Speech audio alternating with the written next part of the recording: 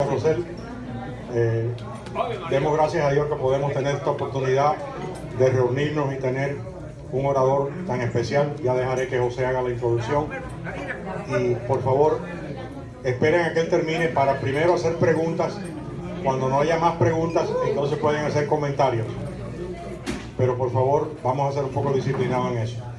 El señor es argentino, no le demostremos lo que somos los cubanos, que estamos aquí. Sí, gracias a Dios por estar aquí. De nuevo, muchas gracias. Bueno, gracias a todos por estar acá. Les voy a presentar al doctor Marcelo Joffre, que nos va a hablar hoy de 5 escritores cubanos y su posición respecto de la Revolución Cubana. Yo les comentaba la semana pasada, que en la Argentina hubo toda una época durante el principio del kirchnerismo donde una gran defección del periodismo, lo que es su misión primera o más lógica, que es la de la defensa de la libertad durante toda esa primera etapa, y que había excepciones, y una de las excepciones que tengo que poner es la de Marcelo Joffre, con quien he compartido de radio en FM Identidad, que ha sido para mí una radio muy importante en esa etapa. Marcelo es abogado, como todo el mundo, como digo yo, ejerce la profesión independiente y es titular del estudio Joffre en la ciudad de Buenos Aires. Fue asesor del bloque de legisladores del macrismo, o sea, el oficialismo actual de la Argentina, durante el periodo 2003 a 2007 en la legislatura de la ciudad de Buenos Aires. En dicha función redactó distintos proyectos de leyes, ingresó a la comisión de redacción del nuevo Código Contravencional de la ciudad. Como periodista dirigió la revista cultural El Mirador, condujo el programa radial Crítica Literaria, El Ágora, durante 9 años en FM Identidad y FM La Isla. Fue coconductor de los programas radiales Todos Hablan y Perina por el Mundo en AM Radio El Mundo y FM Concepto, junto con Emilio Perina y Mariano Causino. En televisión, con Juan José Sebrelli, realizó durante 3 años el programa Aguas Fiestas por la señal Metro. Es colaborador habitual de los diarios La Nación, Perfil, La Gaceta de Tucumán.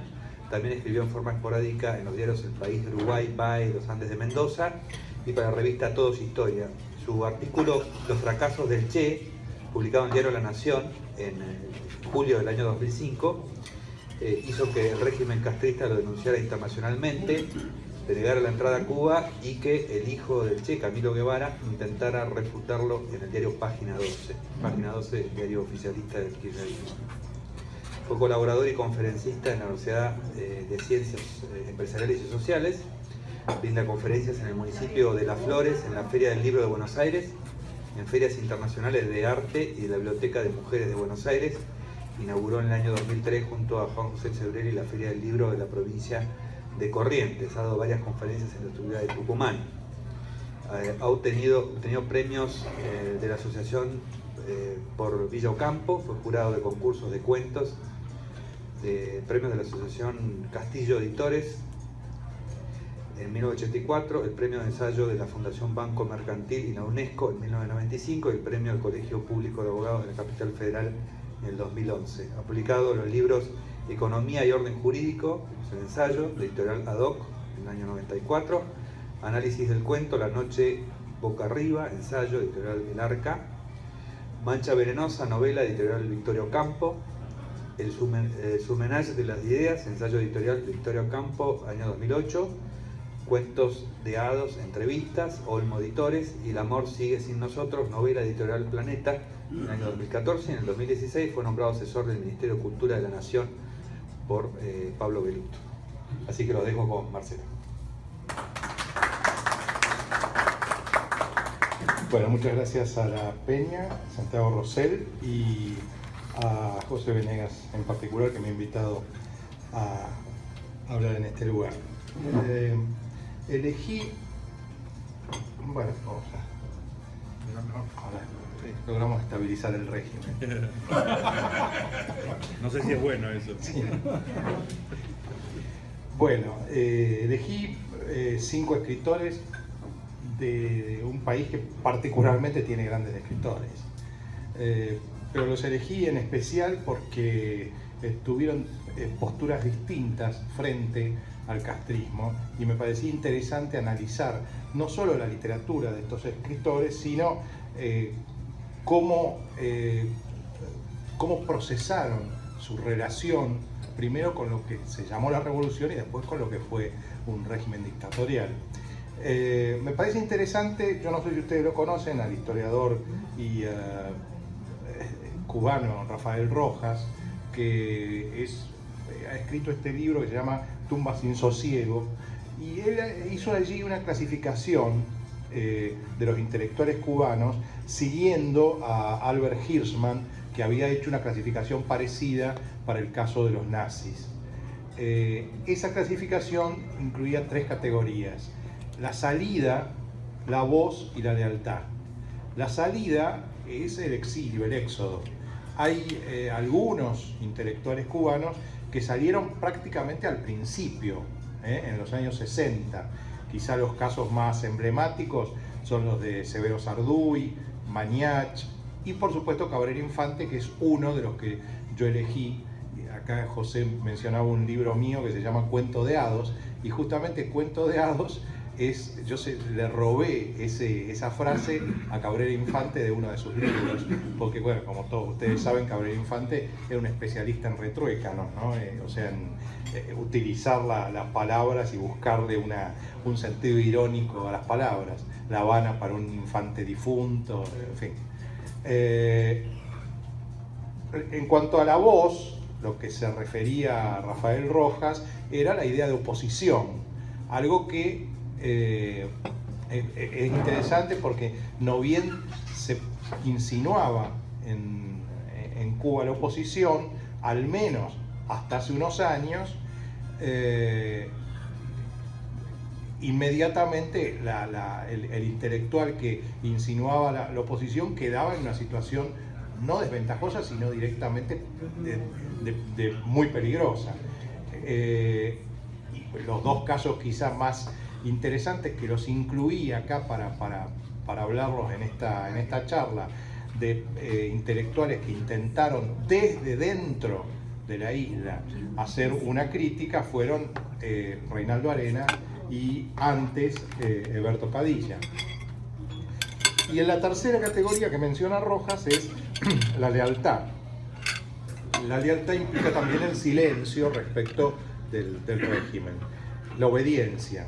Quizá el caso más emblemático de intelectual que mantuvo siempre la lealtad dentro de la isla, curiosamente vivió en la isla casi exclusivamente cuando en la revolución, cuando no era la revolución no estaba, fue Alejo Carpentier. Y no menciona Rafael Rojas la categoría, pero yo incluí una 4ª categoría, que es una categoría problemática, matizada, que es lo que yo llamaría crítica tolerada, y que es algo que ha aparecido en los últimos años y que lo vamos a discutir cuando hablemos del 5º escritor, que es Leonardo Padura. Porque, bueno, yo tengo algunos amigos cubanos bastante conspicuos, por ejemplo, estoy bastante relacionado con Zoe Valdés, también con Paquito de Rivera, y ellos, charlando con ellos en forma personal, tienen ideas distintas sobre Leonardo Padura. Y vamos a tratar de procesarlo, de codificarlo, de tratar de ver cómo es esa situación, ese estándar tan especial que tiene Padura. Entre estas 3 categorías, salida, voz y lealtad, hay entre 2 de ellas, entre salida y voz, ha habido una interrelación, porque tanto en el caso de Padilla como en el de Arenas, como en el de Zoé Valdés, por ejemplo, también, fueron personas que intentaron cierta crítica, pero es decir, que estaban en la categoría de la voz, pero finalmente terminaron en la salida, porque terminaron también yéndose. Visto esto, ahora enseguida vamos a pasar al análisis de estos intelectuales en particular que elegimos, pero antes de eso me parece interesante pensar las perspectivas a futuro de Cuba en relación con todo este proceso que ha sufrido la intelectualidad cubana. Por eso el libro de Rojas se llama Tumba sin sosiego, porque podríamos hacer borrón y cuenta nueva, es decir, podrían transformarse Cuba de la noche al día en capitalista, tener autopistas, malls, tener ciertos, ser una especie de Miami y estar las tumbas insepultas de Arenas, es decir, todo eso que sufrieron los intelectuales cubanos, ¿cómo se procesa? ¿Se procesa mediante el olvido o se procesa mediante la memoria? Pero una memoria excesiva, ¿no es paralizante? A la vez, el olvido total, como decía recién, daría la impresión de que también, si no paralizante, por lo menos es como un agua estancada que tiende a podrirse, ¿no? Porque ¿cómo se hace para que crezca todos esos mols en medio de esa especie de miseria simbólica, ¿no? La memoria, me parece a mí, que puede ser resentimiento, pero puede ser también un insumo de lo que podríamos llamar la moralidad cívica, la energía moral que requiere Cuba para poder levantar la democracia, una nueva democracia, sobre las ruinas del régimen y de la dictadura. Dicho esto, vamos a pasar al análisis de los escritores, de los intelectuales. El primero de los cuales dije que iba a mencionar es Alejo Carpentier. Yo no sé si ustedes alguna vez habrán escuchado hablar Alejo Carpentier. Alejo Carpentier, el tono, su dicción, era cero cubano, cero cubana. Es decir, era un francés que hablaba un español traducido, con las R's, como Cortázar. Y uno, digamos, le llama la atención porque no era un cubano cuando hablaba Alejo Carpentier. Es más, algunos cubanos conspicuos lo llamaban el último escritor francés de Cuba, ¿no? Carpentier nació en 1904 y vivió los primeros años en Cuba, pero inmediatamente, en el año 27, a los 23 años, se mudó a Francia y vivió en Francia. Él era un hijo de aristócratas, podríamos decir, no aristócratas, pero era hijo de un arquitecto francés y de una profesora de francés rusa que había sido educada en Suiza, de modo tal que, si no un aristócrata, al menos era un hombre adinerado, era un hombre de familia aventajada. Y llama la atención que un hombre de esas características justamente termine embanderándose con el comunismo. Pero estas cosas pasan. Fíjense en el caso de Neruda. El caso de Neruda es bastante curioso, porque cuando estaba casado con una mujer pobre, como Matilde Urrutia, era una mujer conservadora. Pero cuando se casó con una argentina de la alta aristocracia, la Hormiguita le llamaban, ¿cómo era el apellido? Claro, del Carril. Ahí era comunista y lo llevó más para el lado del comunismo. Algunos dicen, una digresión, se lo pregunté la otra vez a Jorge Edwards y me dijo que él no lo podía confirmar. Es algo que es impensado en Borges, ¿no? Borges, si algo era anticomunista. Era impensado que Borges pronunciara una mala palabra siquiera, o sea, era de chacotear cuando era joven, hasta de tomar alcohol, le gustaban salía cuando todavía no era ciego, le gustaban, pero no de decir procacidades. Y algunos dicen que de Neruda, en privado, Borges dijo: es un boludo con vista al mar. Yo se lo pregunté a Edwards, que era amigo de Neruda, y él me dijo: no, yo no se lo puedo confirmar. Lo de la vista al mar. Sí. Bueno, después de vivir en bueno, Edwards, que escribió un libro bastante emblemático respecto de Cuba, ¿no? Yo le pregunté por qué, si no hablaba con Neruda sobre lo que había sido Cuba, porque él mismo había sufrido toda una situación, Jorge Edwards, en Cuba. Y me dice, yo se lo explicaba a Neruda, que cuando volví a París y hablaba con Neruda y se lo explicaba. Y él me escuchaba, lo entendía, pero seguía con su posición. Seguía con su posición. Es curioso, y por ahí lo podemos ir charlando a lo largo de esta conversación, cómo muchos intelectuales, por distintos motivos, fueron sosteniendo, manteniendo la posición favorable al castrismo, aún estando en desacuerdo. Porque, bueno, el caso de Saramago, por ejemplo, finalmente terminó dándose vuelta. Pero, por ejemplo, en el caso de Cortázar, ahí tengo la versión de Zoé Valdés, que es una versión que no se ha difundido mucho. Algunos dicen que Cortázar, en Cuba, cuando iba a Cuba, había tenido relaciones con jóvenes, relaciones homosexuales con jóvenes, y que el castrismo las tenía filmadas, y que lo amenazaban con difundirlas en el caso de que él mostrara sus disidencias. Bueno, esto por supuesto que es casi un chusmerío, es una habladuría, es incomprobable, no sé. Pero bueno, está ahí, está dando vueltas y se las menciono como una posibilidad. Incluso alguna vez en una nota lo puse, de modo tal que ya deja de ser una infidencia. Vivió después Carpentier entre el año 45 y el 59 en Venezuela, de modo que antes de la revolución casi no había vivido en Cuba.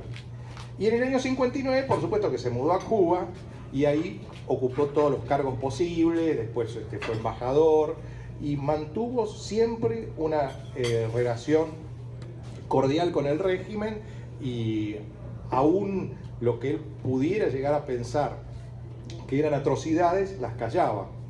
Un hombre que de una cultura vastísima, porque si alguien era culto, era Alejo Carpentier. Y no solo eso, cualquiera que lea El siglo de las luces, El recurso del método, pero especialmente el siglo de las luces, una novela ubicada en la época de la Revolución Francesa, pero en una isla del Caribe, una colonia francesa, en donde se va mostrando la evolución de la revolución a lo largo de todo el proceso revolucionario. Y se muestra Carpentier, cómo en una especie de aporía eleática se vuelve al punto inicial.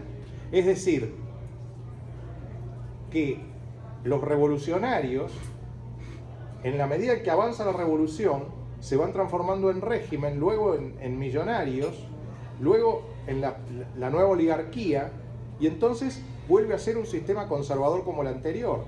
Es decir, si hay un libro conservador y antirrevolucionario, es El siglo de las luces, porque el siglo de las luces muestra el fracaso simbólico de cualquier revolución. Y sin embargo, él estaba ahí y siguió apoyando siempre. ¿Por qué lo hacía? Bueno, son esas cosas que es difícil saber. Hay gente que lo hace por dinero. En general, estas cosas se hacen por dinero, por fama, por estar cerca del poder. Estos en general son los motivos. La verdad es que quizá alguno de ustedes podrá saber por qué lo hacía Carpentier mejor que yo. Pero sin duda que un escritor de la talla de Alejo Carpentier haya tenido esa docilidad y ese silencio, ¿no?, con el régimen, es como mínimo duro, ¿no? El segundo es un caso casi inverso al de Carpentier, es el de Cabrera Infante. Los dos vivieron la misma cantidad de años, vivieron 76 años. Carpentier nació en 1904 y murió en 1980. Y Cabrera Infante nació en 1929 y murió en el 2005. Es decir, que vivieron ambos 76 años. Ahora, Cabrera Infante provenía de una familia, digamos, de clase media, podríamos decir. No era una familia aventajada. Y al igual que muchos otros, cuando asume Fidel Castro en 1959, es funcionario del castrismo, Cabrera Infante. Y se produce muy poco tiempo, casi enseguida, en el año 60, ya 61, él comienza a tener dudas. Comienza a notar que el proceso que ellos llamaban revolucionario se está transformando en algo que a él no le gustaba. Y el momento de quiebre, la torsión, cuando Cabrera Infante advierte que eso se va para el carajo, es en el año 61 con una película emblemática que hizo el hermano de Cabrera Infante, Sabá Cabrera, junto con otro cineasta, un famoso corto de 14 minutos, 15 minutos, que se llamaba PM. Este famoso film, PM, yo diría que fue la torsión no solo respecto de la opinión de Cabrera Infante, sino que fue una línea divisoria que se trazó en toda la historia de la intelectualidad cubana, porque a partir de ahí comienza una feroz censura del castrismo a todo lo que no le gustara.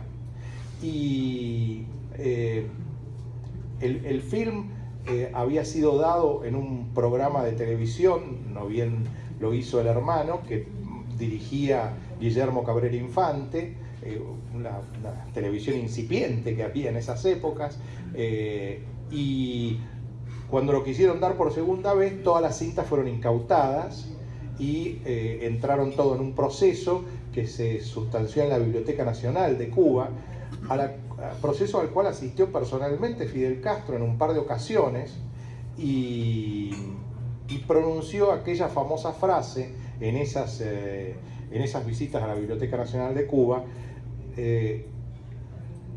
dentro del régimen, dentro de la revolución todo, fuera de la revolución nada. Lo único que mostraba ese documental PM era a cubanos comunes, ajenos a la política. Cubanos que les gustaba el ron, cubanos que les gustaba el baile, cubanos que salían de parranda, cubanos que estaban, digamos, felices viviendo ajenos a la idea revolucionaria. Eso era todo lo que mostraba esa película PM. Está en YouTube, se puede ver, pero claro, esto a Fidel Castro le parecía, en términos del reaccionario, y a partir de ahí se produce como una especie de corte radical en la técnica respecto de todos los intelectuales y escritores cubanos del castrismo hacia ellos. E inmediatamente, bueno, después, en el año 65, ya Guillermo Cabrera Infante, se produce la ruptura definitiva con el régimen y se va a vivir primero a España y después a Inglaterra. Y los libros de Cabrera Infante, curiosamente, ese título, particularmente dos libros, ¿no? Es uno el que mencioné antes, La Habana por un infante difunto, y el otro es Tres tristes tigres. Lo que muestran justamente es una Habana que él había perdido, es decir, la ciudad perdida, esa ciudad de cabarets, esa ciudad festiva, esa ciudad en donde tomaban ron, esa ciudad festiva que habían perdido. Por eso muchas veces cuando le preguntaban a Cabrera Infante en entrevistas, le gustaría volver a Cuba, le gustaría volver a La Habana, y él decía, La Habana murió, La Habana ya no existe. Por eso La Habana para un infante difunto, porque en realidad La Habana había muerto cuando él era infante, aparte de él llamarse infante. Es decir, la Habana que él recordaba amorosamente era La Habana que ya no existía más. Su obra en el fondo es un canto a la ciudad perdida.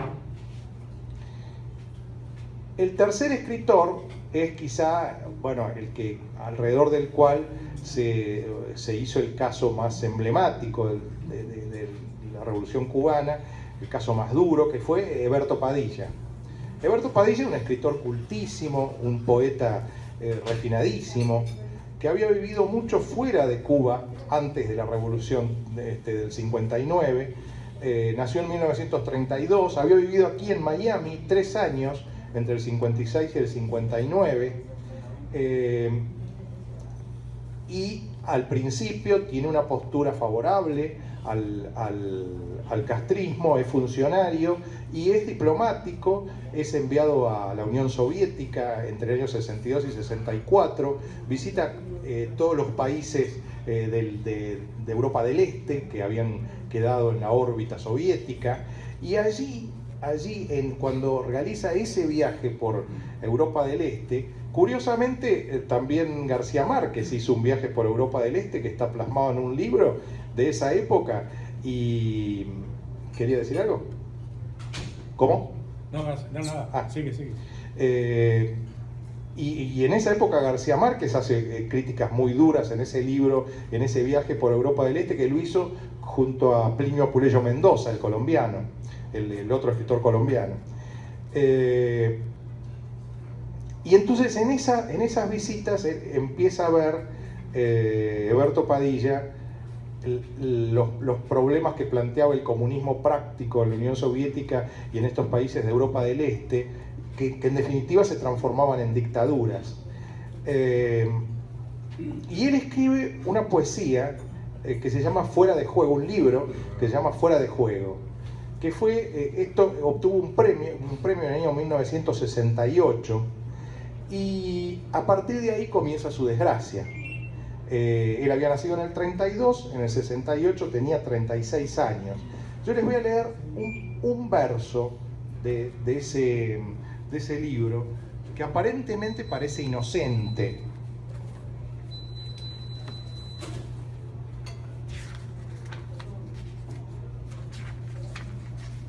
Decía Eberto Padilla en ese verso: levántate miedoso y vuelve a tu agujero como ayer despreciado, inclinando otra vez la cabeza, que la historia es el golpe que debes aprender a resistir.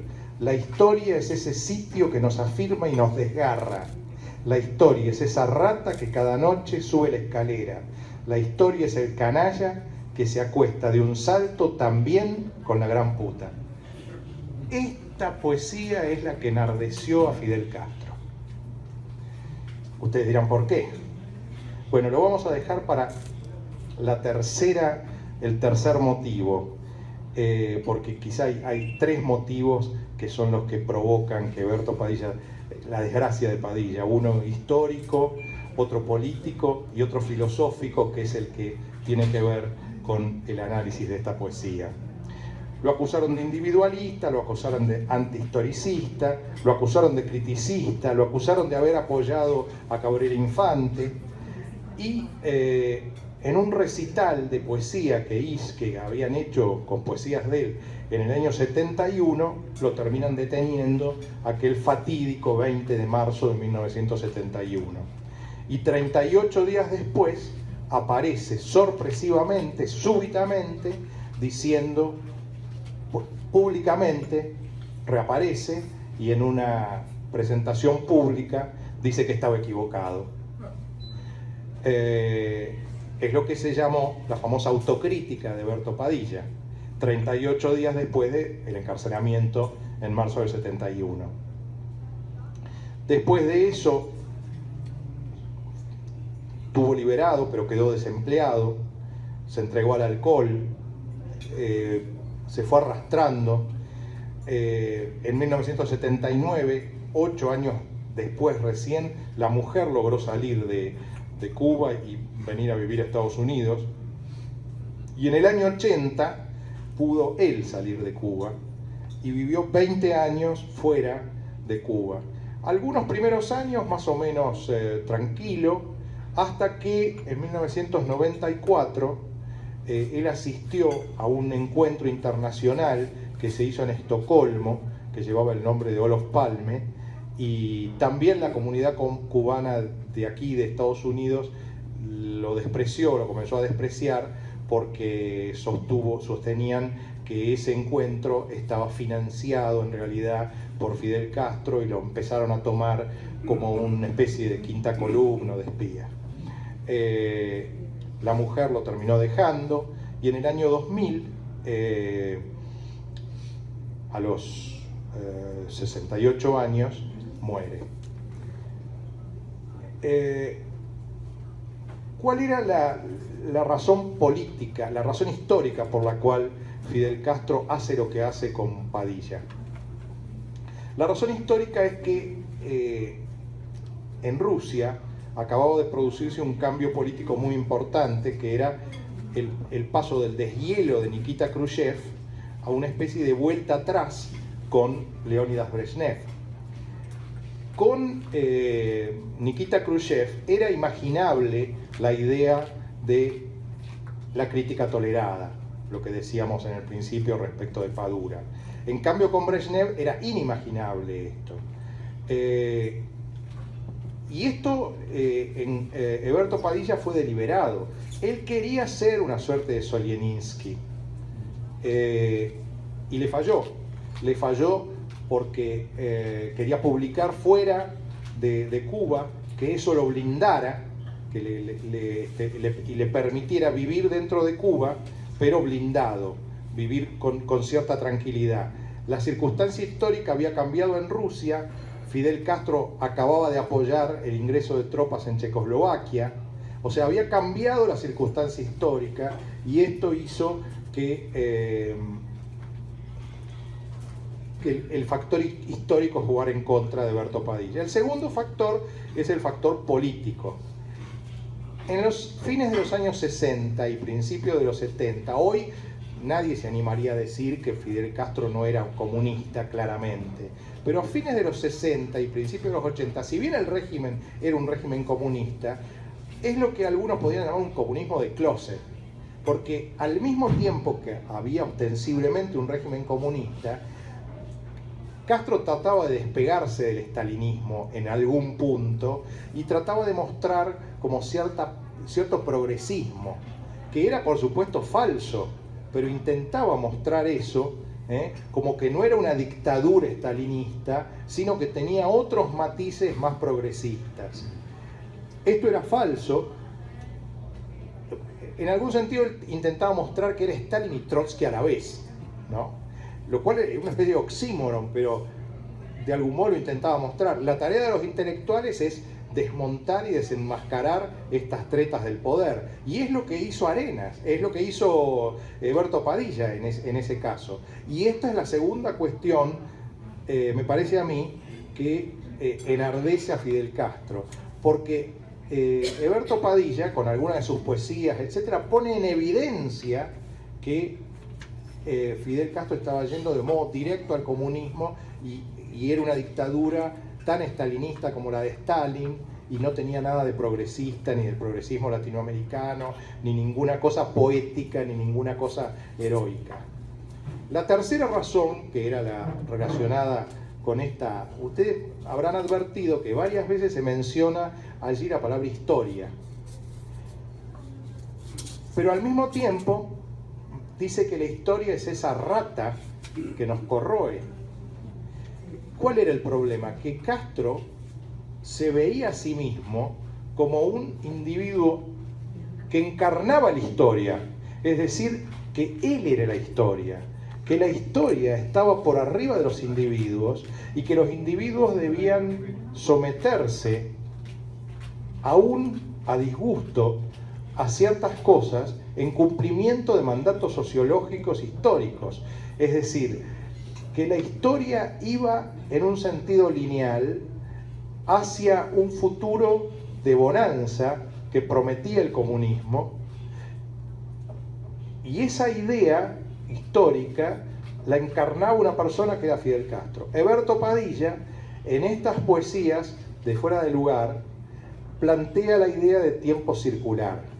Y la idea de tiempo circular para Fidel Castro era una idea opositora, filosóficamente opositora, porque la idea, desde el punto de vista filosófica, era que el comunismo iba linealmente hacia algo que estaba más adelante. Esta era la razón filosófica, y esto se lo hizo saber Fidel Castro en 2 reuniones que tuvieron mientras estaba preso. 2 veces lo fue a ver y 2 veces charlaron, y en las 2 veces, no se lo dijo explícitamente, pero de acuerdo a declaraciones de Padilla posteriores, le hizo saber que este era como el problema central de la disidencia de Padilla, que a él le molestaba. Y ahí nace, digamos, un poco con esto de Padilla, eso que creo que los cubanos llamaban el choteo, ¿no?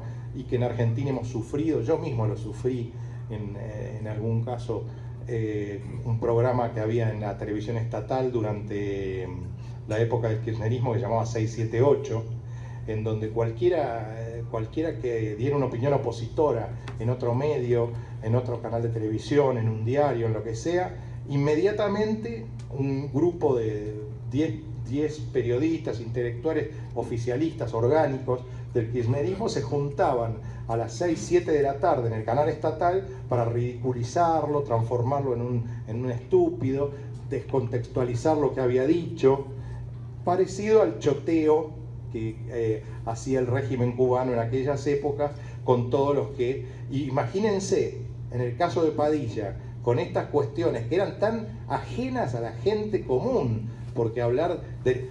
Claro, era muy fácil tomarlo para el churrete, tomarlo para, digamos, para la risa, porque eran cuestiones tan alejadas del ciudadano común, que hablarle de estas cuestiones filosóficas históricas, un poeta que intentaba plantear la idea del tiempo circular, etcétera, que era demasiado fácil para el régimen cubano ridiculizarlo y que todo el mundo parecía estar de acuerdo con que Heberto Padilla era una especie de tonto, ¿no? o un tipo peligroso. El cuarto caso es el de Reinaldo Arenas.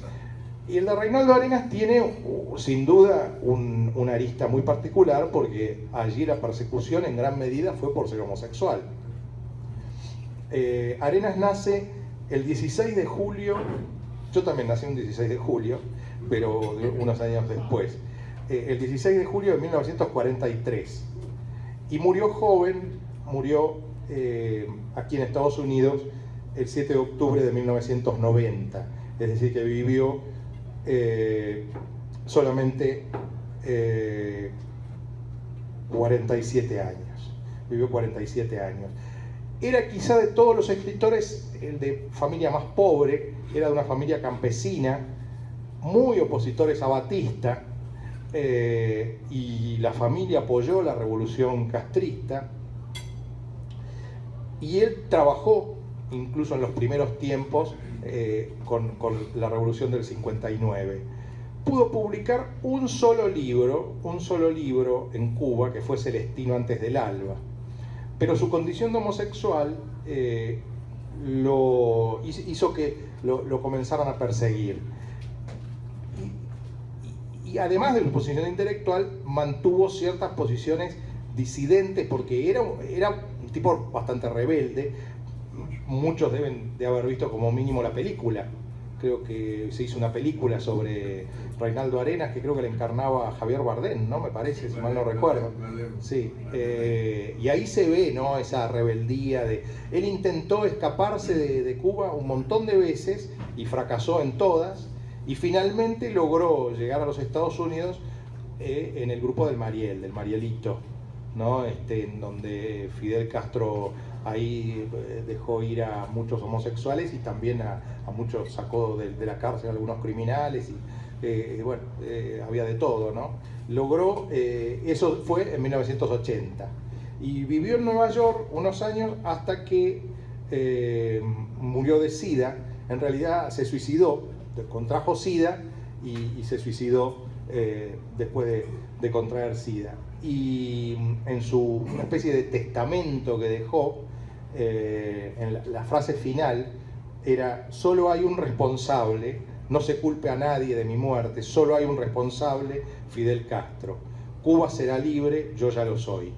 Esas eran las frases finales del testamento que dejó Reinaldo Arenas. Una vida muy triste, lo mismo que en el caso de Padilla, esos últimos 30 años de Padilla, desde la autocrítica en adelante, fueron años tristísimos.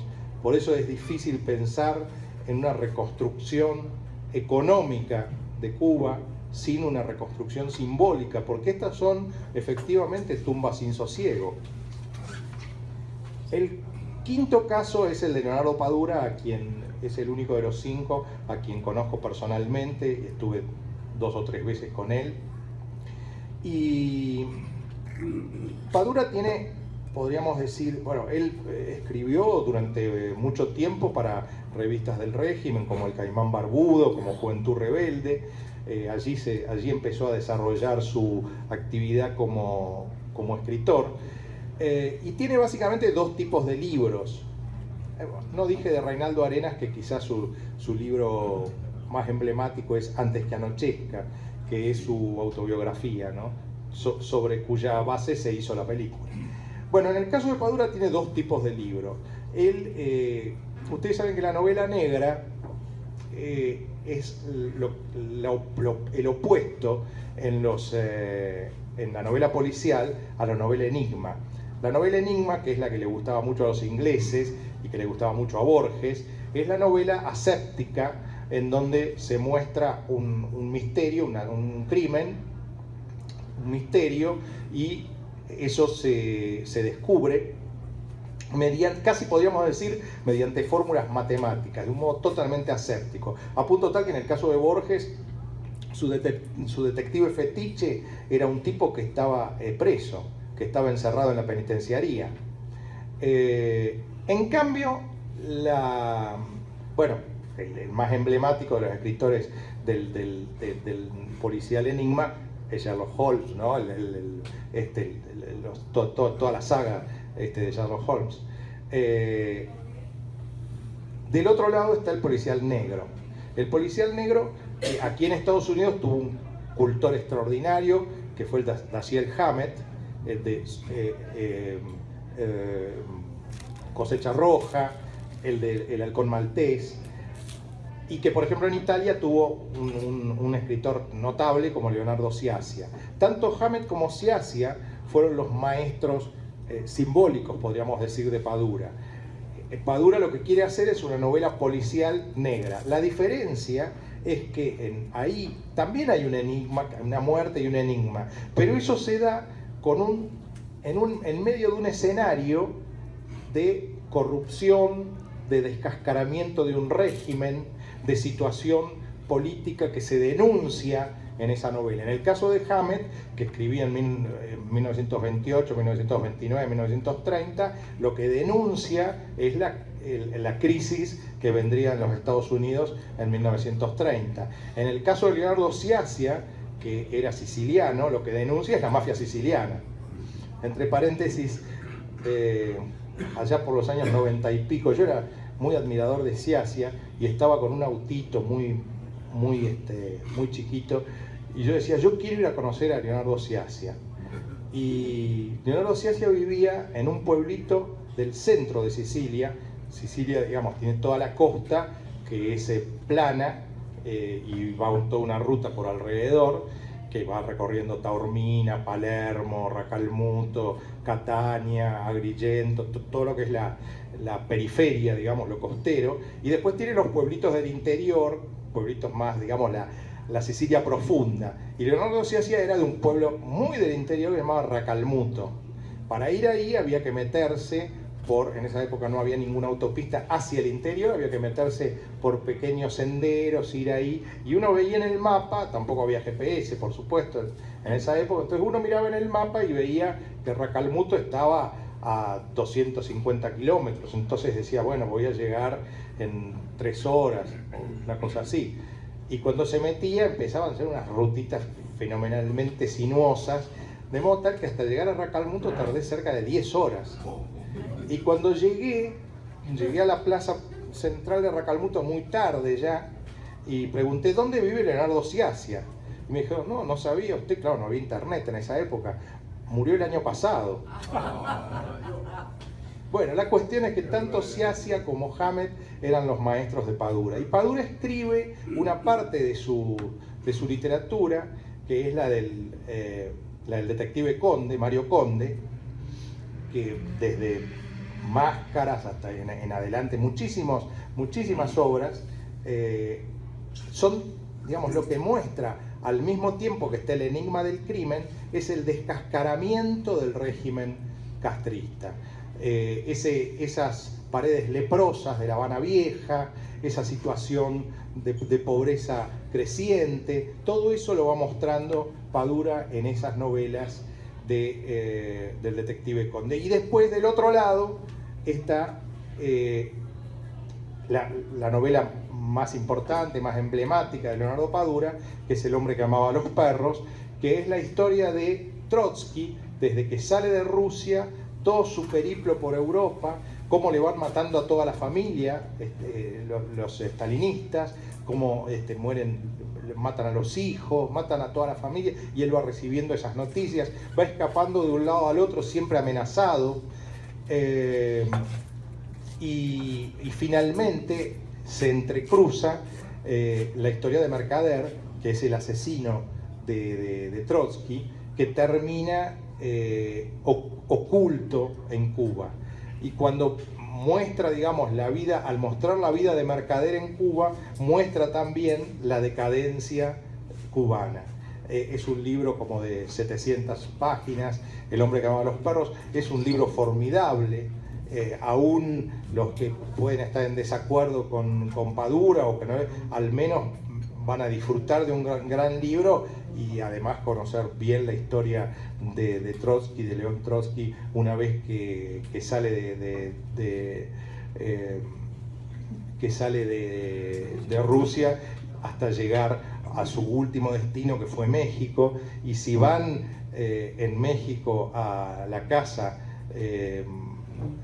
no la de Frida Kahlo, sino la otra donde él se mudó, en ese barrio de las afueras del DF en México, van a disfrutar, después de haber leído ese libro, van a disfrutar mucho, porque cada uno de los agujeros con los balazos, pues están los balazos del primer atentado que le hizo con la participación de un famoso pintor que intervino en Siqueiros, que intervino en el atentado, y después el segundo, donde finalmente Mercader lo termina matando, clavándole a Trotsky en la cabeza una especie de gancho de alpinista.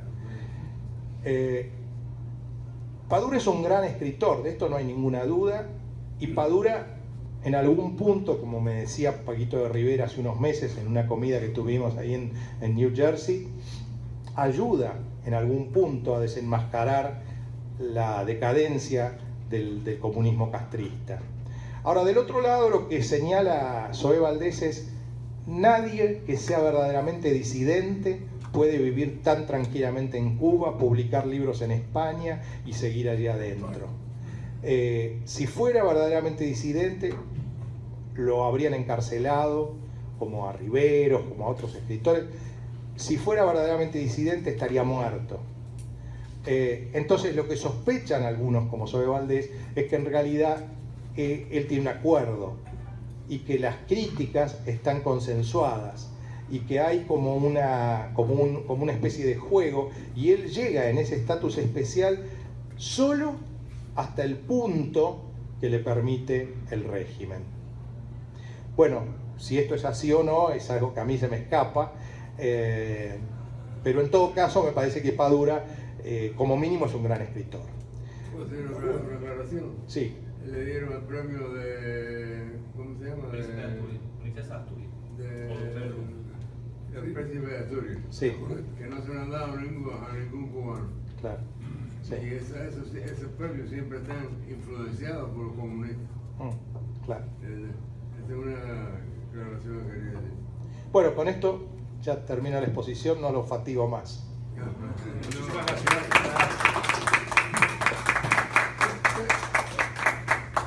Otto primero. Y otro después. Luis. Muchas gracias por estar aquí con nosotros. Usted obviamente conoce el problema cubano a profundidad. Sin embargo, nosotros los cubanos aprendimos a fuerza de sangre derramada que lo que decía Fidel Castro no es importante, lo importante es lo que quería decir. Por ejemplo, la frase que usted mencionó: dentro de la revolución todo, fuera de la revolución nada, quiso decir que el que no nos apoye se arriesga a enfrentarse al paredón de fusilamiento. Eso es todo. Gracias. Luis. Doctor, muchas gracias por la plática, muy interesante. Gracias. Y he estado aquí, pero le voy a decir un chisme. hace unos años, hace como 15 años posiblemente menos, no sé. Pero ya Padilla había muerto, él murió en el 2000, ¿verdad? Sí. Yo iba yo estaba en Sudamérica, iba para Dallas, donde yo vivía, y se me sentó al lado una señora que después descubrí que era la esposa de Alberto Padilla. Yo no me recuerdo cómo se llamaba ella. ¿Tú te acuerdas? ¿La mujer de Padilla? Sí. No, no recuerdo. Ella era, Pero, yo me enteré que ella escribía una columna para el Miami Herald 2 veces al mes. Y nos hicimos amigos, ella conoció a mi esposa y nos invitó un día, un 20 de mayo, y se hizo una reunión allí. Y vinieron muchos intelectuales cubanos allí que vivían en esa sala, yo no los conocía ninguno, y yo no estaba nunca en ese círculo. Pero ella lo que hizo fue que hizo una casa dedicada a Alberto Padilla, y eso queda en Fort Worth, Texas. Y estuvo por varios años y yo se le mandaba dinero, no sé si usted se habrá enterado de eso, pero yo no me recuerdo cómo se llamaba esa muchacha, era una mujer mayor. Mi esposa murió en el 2007, y ella, la última vez que yo la vi, que me pasó una telex, y después no hablé más con ella, pero da la casualidad que el 20 de mayo, ella y mi esposo se pusieron a hablar de Alberto Padilla. Y da la casualidad que le dice mi esposa a ella, yo conozco a una poetisa cubana que vive en New Jersey, que ha estado mucho tiempo yendo a workshops en Suecia, y que ahí había conocido a Alberto Padilla. Y después ella se llamaba Lourdes, y Lourdes empezó a vivir con él, con Padilla. ¿Lo conoce esa poetisa? Lourdes, no me recuerdo. No recuerdo, pero sabía algo de la historia. Sí. Sí. Entonces él se empieza a vivir, ella es una muchacha joven, más o menos como, yo diría en aquel tiempo, no sé, 40 y pico de años, 50 años. Esto es consistente con que fue a hacer esa, en el año 94 fue a Suecia. A Suecia, efectivamente. Empezaron a vivir, y esta muchacha parece que se divorciaron, fue cuando ella se mudó para Fort Worth, y allí vivían muy modestamente y se mantenían más o menos siempre con lo que le pagaba el Herald. Yo después no sé lo que le pasó, pero yo no me acuerdo cómo se llamaba ella. Así que, Por lo que recuerdo, cuando muere Padilla, hacía un pequeño tiempo que estaban separados. sí, exactamente. Sí. Eso fue lo que le contó ella a mi esposa. Y da la casualidad que esa muchacha Lourdes fue compañera de mi esposa en la Universidad de Seton Hall University en New Jersey por muchos años. Y cuando yo me casé, yo vino a mi boda, todos éramos muy buenos amigos. Después perdimos. Y Lourdes era cubana. Era cubana, sí. Bueno, es que en New Jersey hay una comunidad Bueno, muy ella nutrida. ella era parte de lo que nosotros le decíamos el gueto cubano de ahí. Bueno, justamente Paquito de Rivera vivía ahí. Sí, Paquito de Rivera. Sí. Eso es todo. Muy bien. Esa es la zona de West Señor Bergen, Bergen. New City, North Bergen. Pasa el saludo. Por favor. El único marciano que nos queda aquí. Porque la Ecuador se fue. Todo el mundo es marciano, porque amamos a Cuba. Gracias, doctor, por la intervención. La verdad es que ha sido bien ilustrativa. Yo un poco respondiendo a la pregunta de por qué estos intelectuales que se quedaron en Cuba y apoyando, por supuesto, totalmente de acuerdo con Soes, tienen que estar comprometidos, sinceramente. Es el caso, por ejemplo, de Cintio Vitier y Final García Marruso, católicos, hombres con una obra que se podía morir antes de Fidel, por supuesto, ya tenían la obra sólida, que los había lanzado en el mundo hispanoamericano de las letras, con un renombre grandísimo, Cintio Vitier, Final García Marruso. Sin embargo, él sabía, un día estoy en casa de ellos, y le iban a dar una condecoración por 30 años, la Orden Félix Varela, por asunto de la cultura cubana, y me decía, yo sé que nos están utilizando. Eso fue año 94. Era decirle, bueno, pero ¿a ti te gusta que te utilicen? No, porque tenemos que dar una imagen. Yo pienso que uno como escritor adquiere una responsabilidad social ante lo que dicen y escriben. Y estas personas son sencillamente cobardes. Son cobardes. ¿ok? En el caso de Cindy y de Signa son extremadamente cuáticos. Me carteaba con ellos, éramos, de alguna manera teníamos amistad y esas cosas. Y es el caso también de otros tantos escritores que están allí. De verdad que no se puede ser disidente, de ninguna manera, a no ser que haya un consenso, como con el bacán de la vida, estos cómicos ahora que están allá, que hablan del régimen o el otro que habla de la tarjeta que sale en la televisión. Todo eso es un consenso, porque a nadie, por menos que eso, votaron compañeros míos de la universidad por hacer un chiste.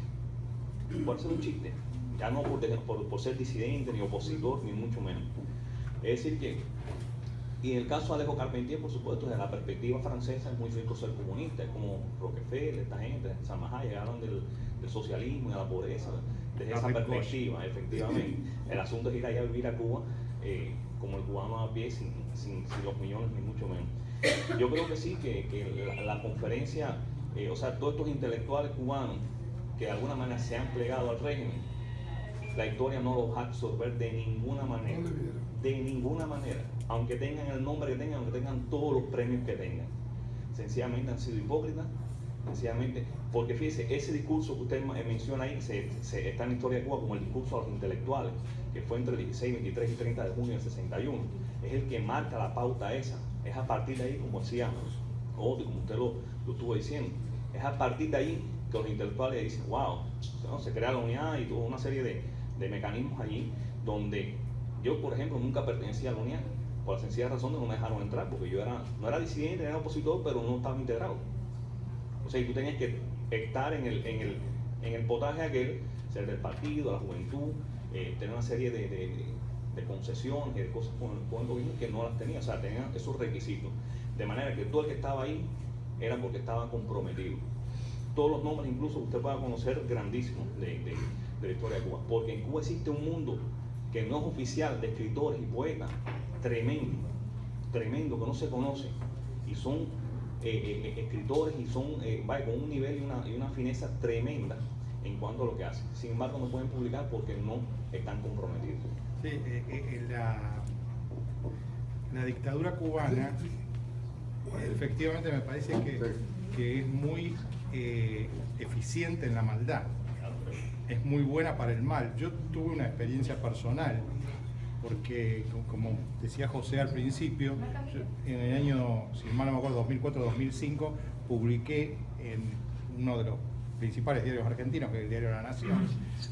Quizás, digamos, hay dos diarios en la Argentina principales, Clarín y La Nación. Yo publiqué en el diario La Nación un artículo un sábado, que era casi toda una página, un artículo importante, que se llamaba Los fracasos del Che. Y era un artículo que iba señalando todos los fracasos que había tenido el Che a lo largo de su vida, desde que era médico y nunca había ejercido la medicina, desde cuando era estudiante había puesto una mini fábrica de Gamexane y había quebrado, que se había ido a hacer estas campañas de motocicleta por Latinoamérica, y en alguna de esas campañas había terminado abandonando a su acompañante, no a Granado sino a otro. Bueno, el caso antes del 59 con Jacobo Arbenz, que había fracasado en el intento de frenar el golpe. Posteriormente en Cuba mismo, el Che, cuando es como, digamos, su estrategia con el tema de la zafra y la industrialización como ministro también fracasa, su intento de ser chinófilo y acercarse a Mao también fracasa, porque el Che no le da cabida en eso, su fracaso en el Congo, su fracaso después en Praga, su fracaso final en Bolivia. Sí, iba relatando todos los fracasos del Che. Y esto lo coronaba con una cuestión que a mí me la dijo.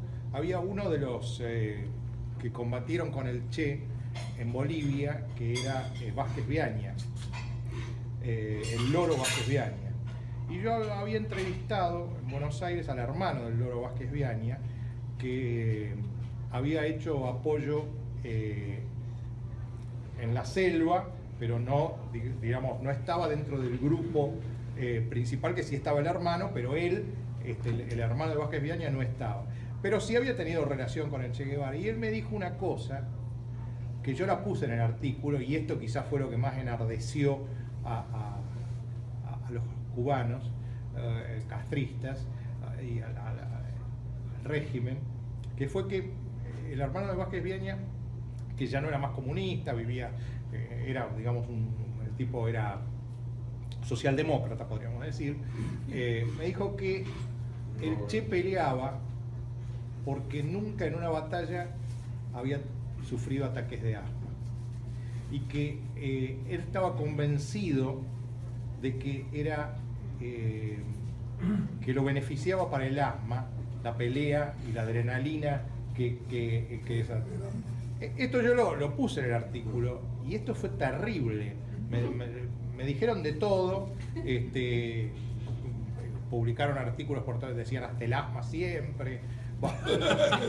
Y el embajador cubano en ese momento en Buenos Aires, creo que se llamaba González o algo así, llamó a la Nación para publicar para pedir un derecho a réplica, que se lo negaron, y entonces logró publicarlo en el Correo de la Sera, y sí logró, después de mucho esfuerzo, un argentino muy comedido y muy camaleónico, que siempre está con todos los gobiernos, que se llama Pacho O'Donnell. No sé si alguno lo conoce, vos lo conocés, claro. Primero estuvo con Alfonsín, después estuvo con Menem, después estuvo con Kirchner, o sea, como Groucho Marx, ¿no? Si no le gustan los principios, tengo otros. Y él agarró, y como había escrito una biografía del Che Guevara, se sentía tocado por este artículo que yo había escrito, y pidió, hasta que logró, hinchó tanto a los editores, que logró publicar un artículo en donde intentaba refutar palabra por palabra lo que yo decía. Y esto a su vez enojó al hijo del Che Guevara, Camilo Guevara, que publicó esa nota en Página 12, que es el diario de izquierda, digamos, de izquierda para decir algo, ¿no? De la Argentina, en donde se enojaba conmigo, pero también con el Pacho O'Donnell, porque lo tituló "El Che no necesita abogados". Pero la cuestión que hice todo este circunloquio para llegar a esto, que son muy eficientes para el mal, es que a partir de ahí yo había estado en Cuba a principios de los 2000, y después me prohibieron la entrada. ¿No habían leído tu artículo todavía?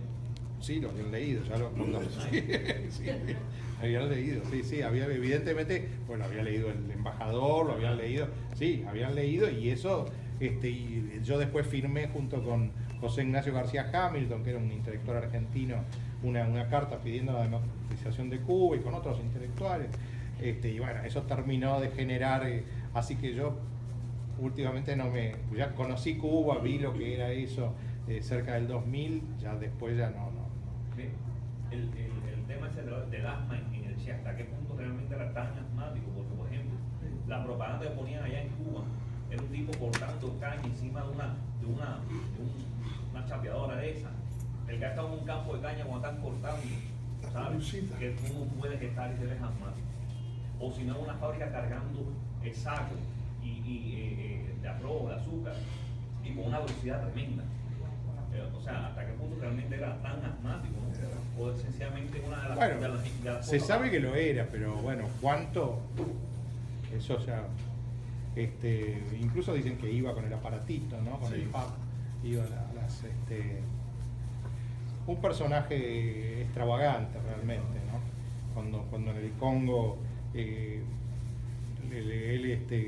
quería ir en contra de los mitos de sus luchadores negros, ahí era el choque entre dos locuras, porque era el choque entre la locura de los negros que comían sopa de mariposa y no atacaban si los dioses no le daban la orden, y la locura dialéctica, podríamos decir, del Che. Bueno, ante todo quería felicitarlo por la extraordinaria charla que ha dado y la síntesis que ha hecho de los compositores estos. Yo me he leído libros de ellos como El siglo de la luz, de Tigre, etc. Y usted ha hecho una descripción formidable en un poco corto tiempo. En el discurso que hizo Fidel, famoso, de con la revolución todo, sin la revolución nada, estaba Vigilio Piñera. Y Vigilio Piñera dijo, tengo miedo, yo tengo miedo. Fue lo único que dijo. Me gustaría, si usted pudiera, hacer algo parecido a esto con Vigilio Piñera.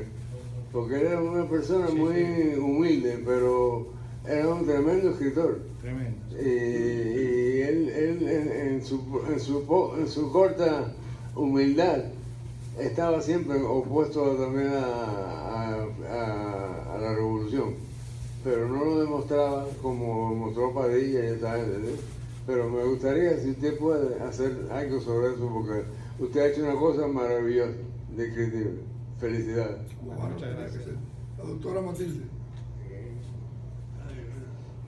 Bueno, yo estoy junto con él felicitándolo porque ha sido extraordinaria su conferencia. Y le agradezco doblemente que siendo argentino se ocupe de escritores cubanos. Yo estoy de acuerdo 100% con José Raúl.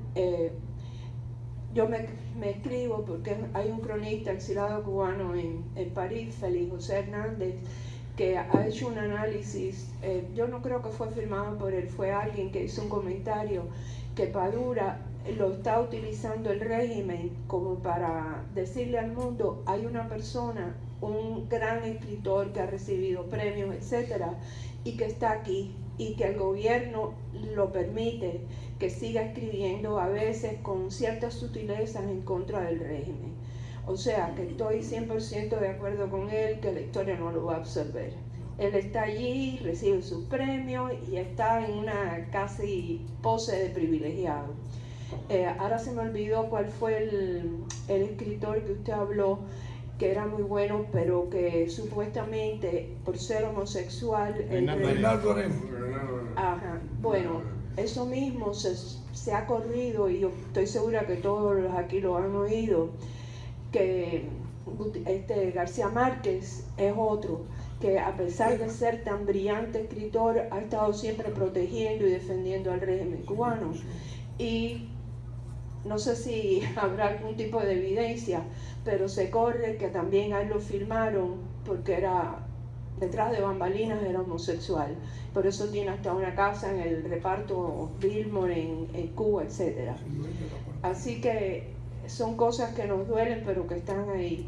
Y con respecto a Che Guevara, el doctor Rosell, el papá de Liliana, ha escrito un historiador cubano muy importante. Yo no me acuerdo cómo se titulaba el libro que él escribió, en el cual él decía que había ido a la Argentina, a la supuesta escuela de medicina donde el Che se había graduado de médico, y que eso era uno de los tantos mitos, que eso nunca pasó. Bueno, nosotros tuvimos una presidenta que dicen que no era abogada, así que... No era. Yo hice un concurso dando un premio a quien pudiera presentar la foto de graduación de Cristina Kirchner, ofrecí un montón de premios, no se presentó nadie. Hay una cuestión con lo del Che Guevara interesante, con lo de García Márquez en relación con Padilla.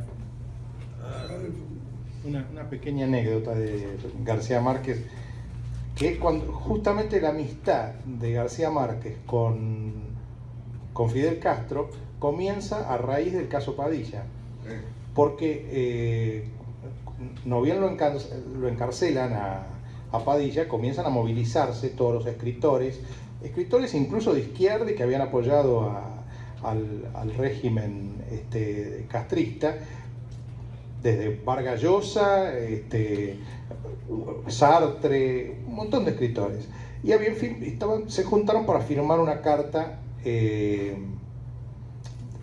para pedir que lo liberaran a Eberto Padilla. Y le preguntan, en realidad García Márquez en ese momento estaba como corresponsal en Nueva York de Prensa Latina, pero justo había viajado a Colombia, pero García Márquez en realidad no era de lo que se llama el altiplano, sino que era costero.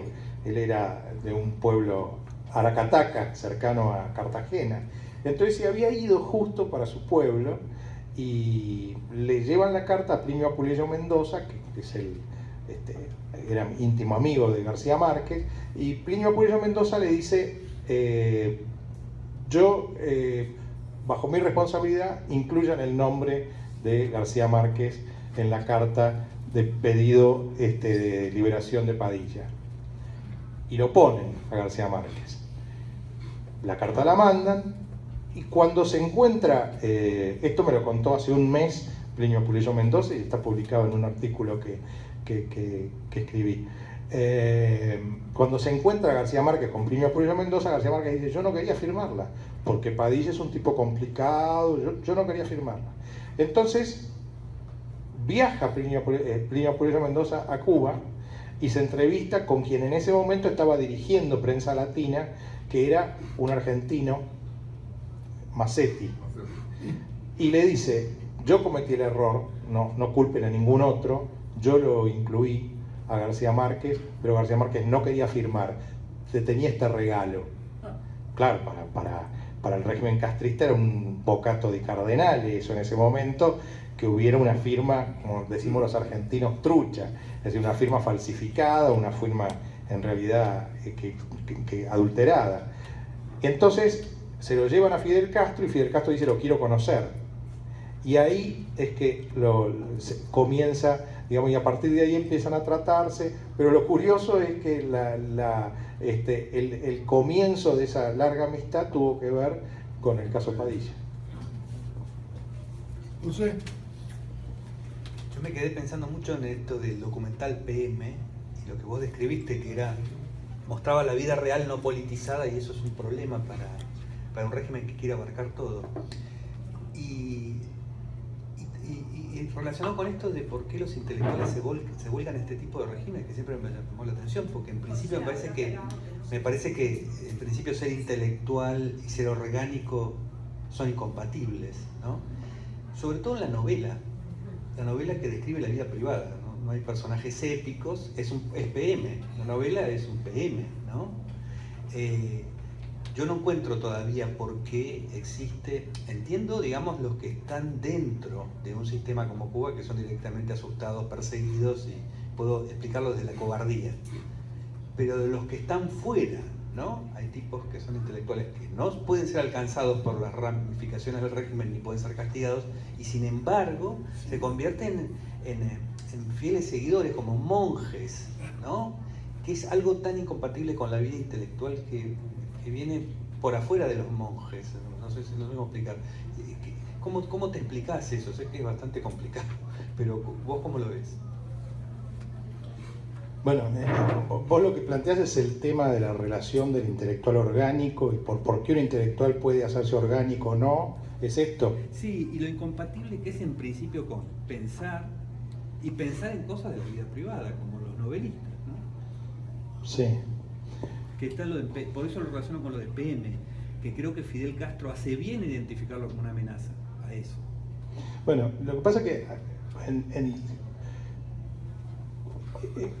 la idea de intelectual en sí es la idea de un escritor o de un filósofo o de alguien que está comprometido con su tiempo y con su lugar.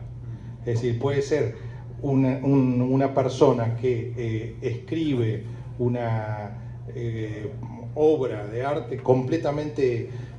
En general, yo te diría que desconfío de la obra de arte que no está encarnada en el tema político. Yo creo que toda gran obra de arte está encarnada en lo político. Pensemos en Aristófanes. Pensemos Aristófanes era un comediante. Y sin embargo, todas las alusiones que hay en Las nubes, en todas las obras de teatro importantes de Aristófanes, de Frogs, las ranas, ¿no? Son todas obras relacionadas con la política griega de ese momento. La Ilíada tiene, digamos, pero Kafka, hasta podemos poner los escritores más alejados aparentemente de lo político.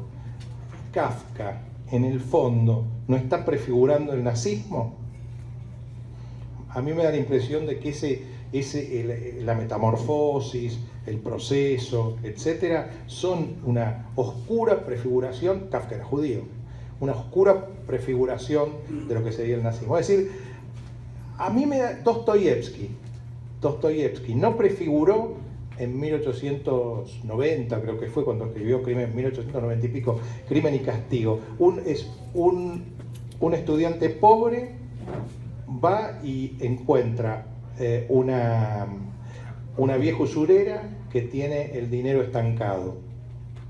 Entonces va, le pega un hachazo en la cabeza, la mata y se queda con el dinero y lo empieza a dinamizar y a movilizar. Esa forma de movilizar ese dinero estancado es la Revolución Rusa de 1917. Es decir, aunque Crimen y Castigo no sea eso exactamente, quizá, está como en el aire de los tiempos. Casa Tomada de Cortázar, que todos seguramente deben haber leído. Es probable, son dos hermanos que están adentro de una casa y van quedando como acorralados adentro de la casa y van siendo empujados por fuerzas oscuras hasta finalmente los terminan sacando de la casa y tienen que tirar la llave e irse de la casa. Esto parece una cosa completamente metafísica, pero el problema es que lo escribió en 1950, en medio del régimen peronista. Entonces, ¿hasta qué punto no era ese gobierno plebeyista que avanzaba sobre la aristocracia, sobre la clase media y la iba desplazando del país y mandándola afuera? Es decir, lo que te quiero decir es, me da la impresión de que aún, fíjate la poesía en el caso de Padilla, una poesía que parece completamente aséptica y sin embargo al cuestionar la relación de individuo e historia está hablando de la Revolución Cubana. A mí me parece que la gran obra de arte siempre está de algún modo dando vuelta en torno al tema político de su época y de su lugar. Y por eso me parece de ahí a que el escritor encarne un papel de intelectual hay casi un paso. Entonces ahí me parece que es donde está esa frontera, esa fricción, ¿no? Ahora, eso no quiere decir que tenga que convertirse en un intelectual orgánico. Y de hecho la mayoría no lo son. Porque podemos decir de un lado y del otro que los ha habido, qué sé yo, del lado del liberalismo de la derecha, André Malraux o Raymond Aron, qué sé yo, los ha habido, y del otro lado, como el caso de Carpentier. Pero la verdad es que la mayoría de los escritores, de los intelectuales, desde Orhan Pamuk, por ejemplo, es un escritor turco que ha tenido, a donde ha ido, ha tenido un compromiso con la situación política del país, en Turquía, en Francia, aquí en los Estados Unidos, donde vive ahora. Es decir, siempre ha tenido un compromiso, pero él, digamos, en ningún momento ha adoptado una postura partidaria. Ahora, algunos la adoptan, está bien, está mal. Vargas Llosa, por ejemplo, bueno, fue candidato a presidente del Perú y bueno, él sintió en ese momento que era su destino, que estaba ahí. Bueno, no sé, me parece que es un tema muy personal de decidir o no si uno quiere meterse a actuar en política. Pero podría decir, ¿cómo se llamaba este escritor que fue ministro de Cultura de Felipe González? Sí, se me fue el nombre ahora, pero un escritor que estuvo internado en un campo nazi también. Semprún, Jorge Semprún. Yo, bueno, hice un programa con Juan José Sebrelli y soy muy amigo de Sebrelli. Sebrelli es un escritor, digamos, emblemático en la Argentina, tiene 86 años. Y una vez se encontró con Semprún y le preguntó, ¿te ha dado algo pasar por la política y tener un cargo público? Y Semprún le respondió, no. Nada. Debe ser cierto. Que yo así hablaba Zaratustra. ¿Cómo se llamaba? ¿Cómo? Nietzsche. Nietzsche.